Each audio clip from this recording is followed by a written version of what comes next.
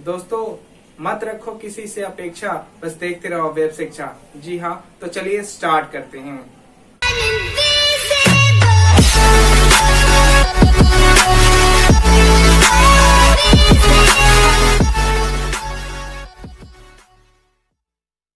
नमस्कार दोस्तों, स्वागत है आप सभी का इस YouTube चैनल वेब शिक्षा में।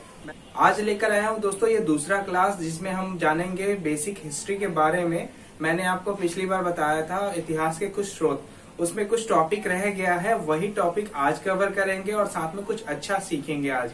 दोस्तों एक और बात, अगर आप इस चैनल पर पहली बार हैं तो इस चैनल को सब्सक्राइब करें और बेल आइकन को प्रेस करें हमारे आगे आने वाली नोटिफिकेशन के लिए।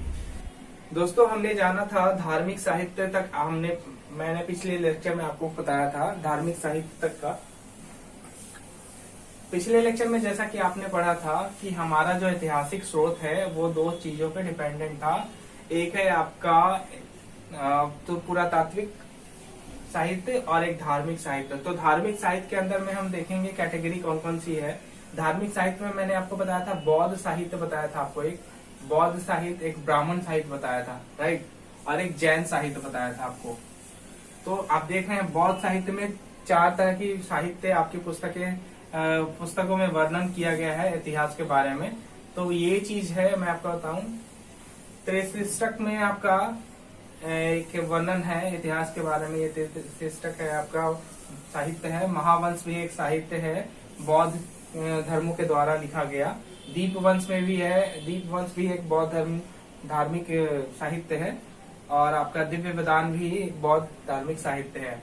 दोस्तों जितने भी धर्म के साहित्य थे उसमें मैं आपको बता दूं कि सभी धर्म में अपने धर्म को काफी ऊंचा दिखाया गया है। ऐसी ही बात करें हम ब्राह्मण साहित्य की, तो इसमें ब्राह्मण साहित्य में आपके कौन कौन से साहित्य आ जाते हैं, वो रामायण आ जाता है, ठीक है, महाभारत आ जाता है, वेद आ जाता है, पुराण आ जाता है, उपनिषद आ जाता है, ठीक है। तो ये सारे जो साहित्य हैं ये ब्राह्मण साहित्य में आते हैं। ये ब्राह्मण साहित्य में आते हैं क्योंकि दोस्तों इतिहास में जो ब्राह्मण साहित्य हो या जैन साहित्य हो या बौद्ध धार्मिक साहित्य हो, ठीक है, तो इन सब में अपने धर्म की चर्चा की है, साथ साथ उस समय के काल की चर्चा की है, जिससे हमें समझ में आता है कि उस समय का युग कैसा था और वहाँ उस समय में लोग क्या करते थे और कैसे धर्म का पालन करते थे। दोस्तों धर्म की कोई परिभाषा नहीं है, जैसे हिंदू मुस्लिम धर्म ये नहीं होता।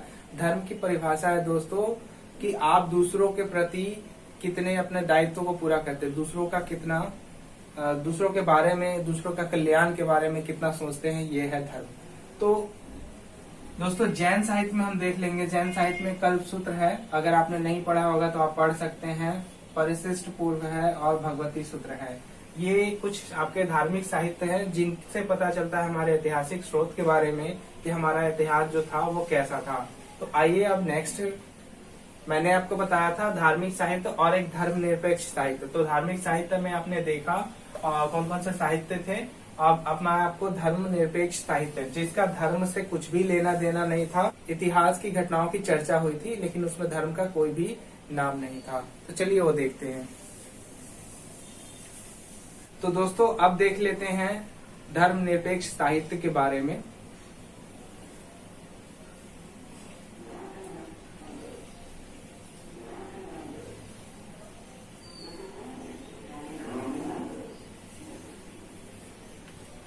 तो दोस्तों धर्मनिरपेक्ष में मैं आपको बताऊं, धर्मनिरपेक्ष साहित्य में आपको 4 तरह के साहित्य आते हैं, जिसमें कौटिल्य का अर्थशास्त्र। दोस्तों कौटिल्य को आप सभी जानते हैं, कौटिल्य को एक एक बच्चा जानता है, उनकी अर्थशास्त्र पढ़ा हुआ है।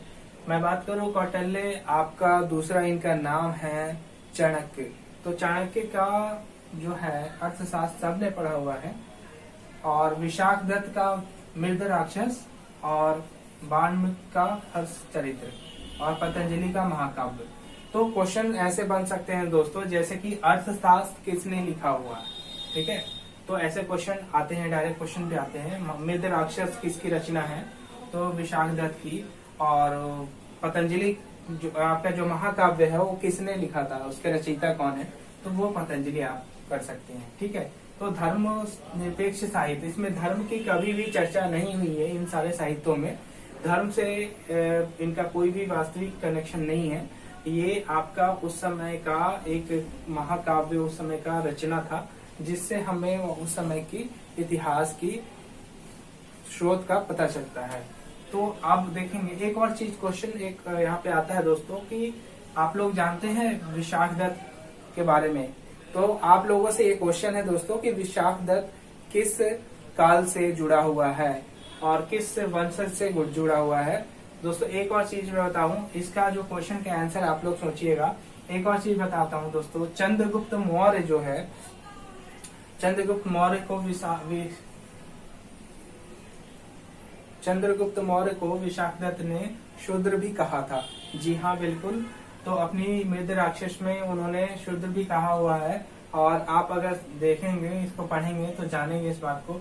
हाँ, ये जो है रचना आपको, ये किस काल से जुड़ी हुई है, किस राजा के काल से जुड़ी हुई है, ठीक है, और कौन से वंशज से जुड़ी हुई है, ये आप क्वेश्चन का आंसर आप लोग बताएंगे कमेंट सेक्शन में, ठीक है।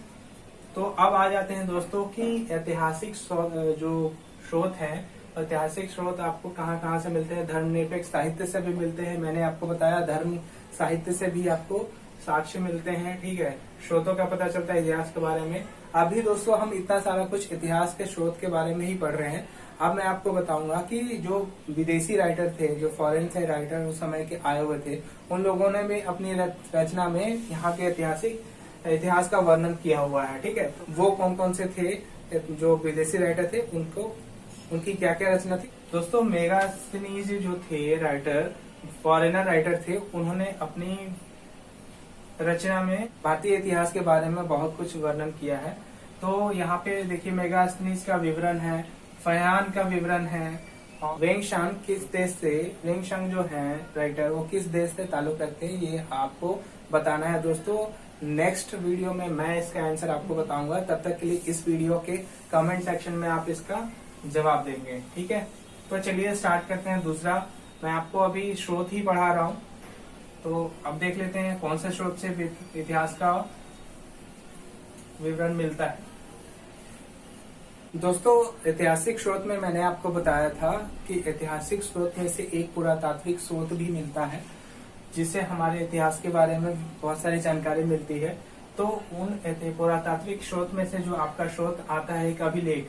दोस्तों ये वेरी वेरी इंपॉर्टेंट क्वेश्चन है, ठीक है। अभिलेख से बहुत सारे क्वेश्चंस भी आ जाते हैं इतिहास से जुड़े हुई।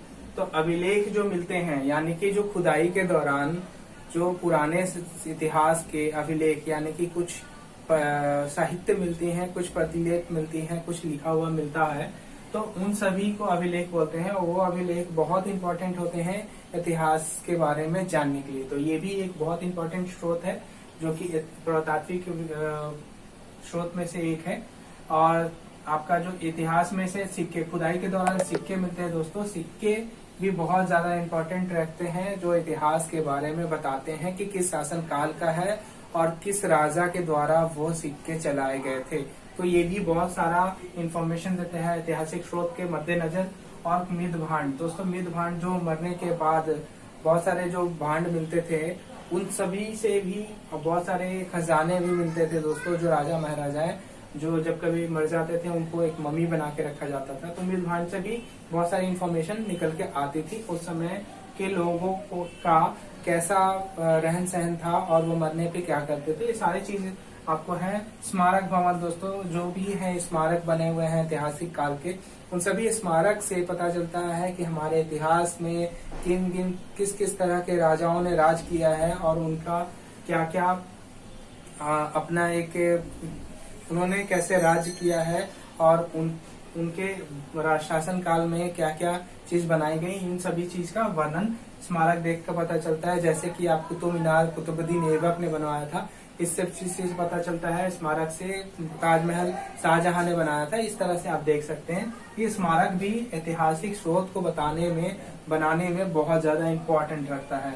मूर्तियां दोस्तों, कई बार हम पुरातात्विक विभाग से या फिर कभी खुदाई के दौरान मिलता है मूर्तियां, तो वो कौन सी कांसे की मूर्ति उस समय चलती थी, या सिल्वर का या गोल्ड का कैसी मूर्ति चलती थी, उस समय लोग सबसे ज्यादा क्या पहनना पसंद करते थे, आभूषण वगैरह, मूर्तियां, ये सारी चीजों से भी पता चलता था हमारे इतिहास के बारे में कि वो इतिहास के स्रोत के बारे में, कि इतिहास में और लोग कैसे रहन सहन, वहाँ की अर्थव्यवस्था कैसी थी और लोगों को क्या पसंद था, परिचलन में क्या था।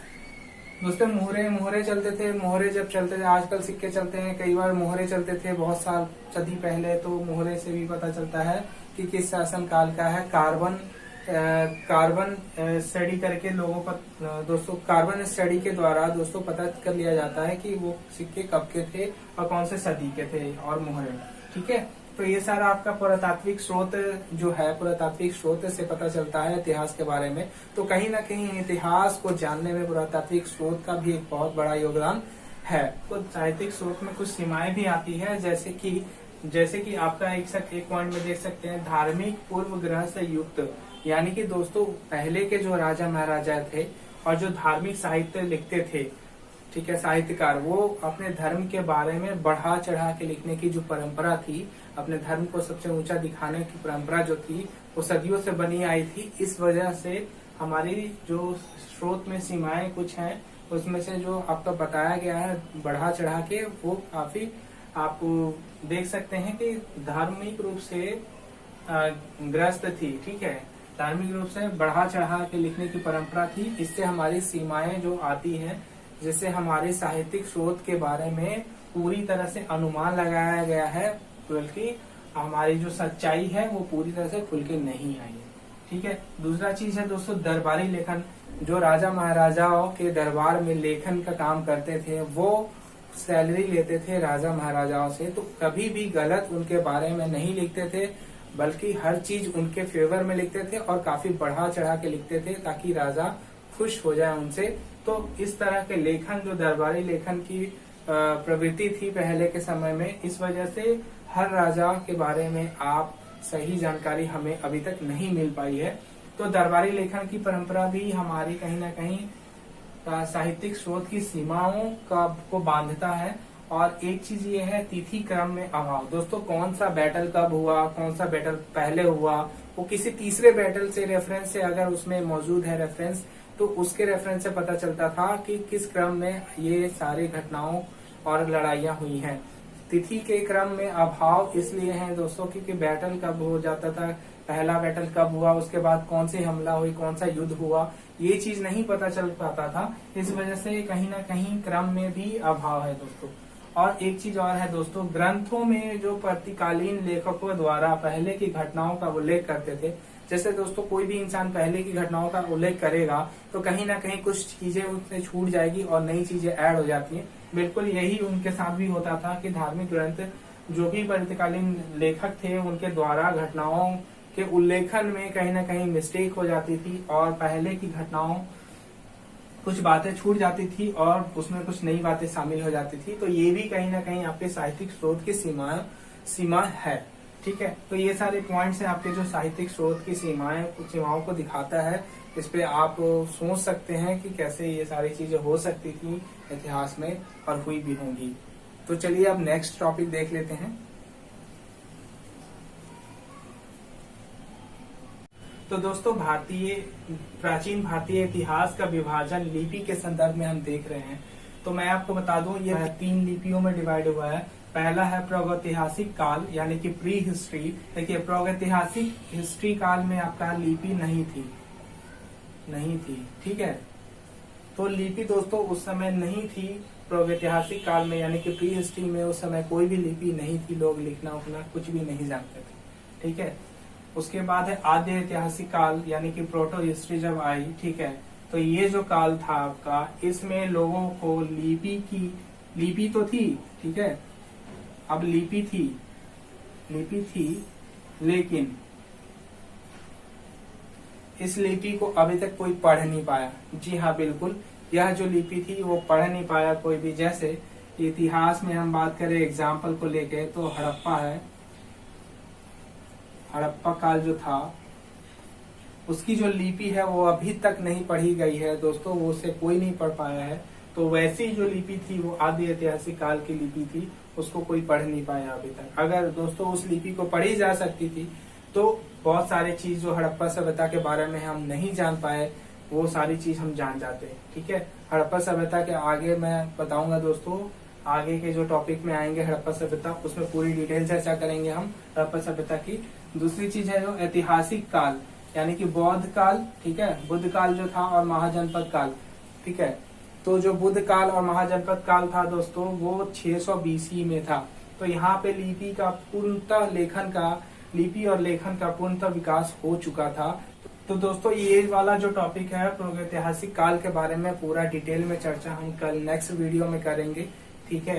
तो अभी तक के लिए इतना ही। नेक्स्ट वीडियो में तीनों तरह का जो मैंने आपको बताया ऐतिहासिक काल, ठीक है, ऐतिहासिक काल और बौद्ध काल का जो भी था वो सारा वर्णन मैं करूंगा नेक्स्ट क्लास में। तब तक के लिए दीजिए इजाजत दोस्तों। वीडियो अगर अच्छी लगी होगी तो लाइक करना और इसको शेयर करना, ठीक है दोस्तों। धन्यवाद।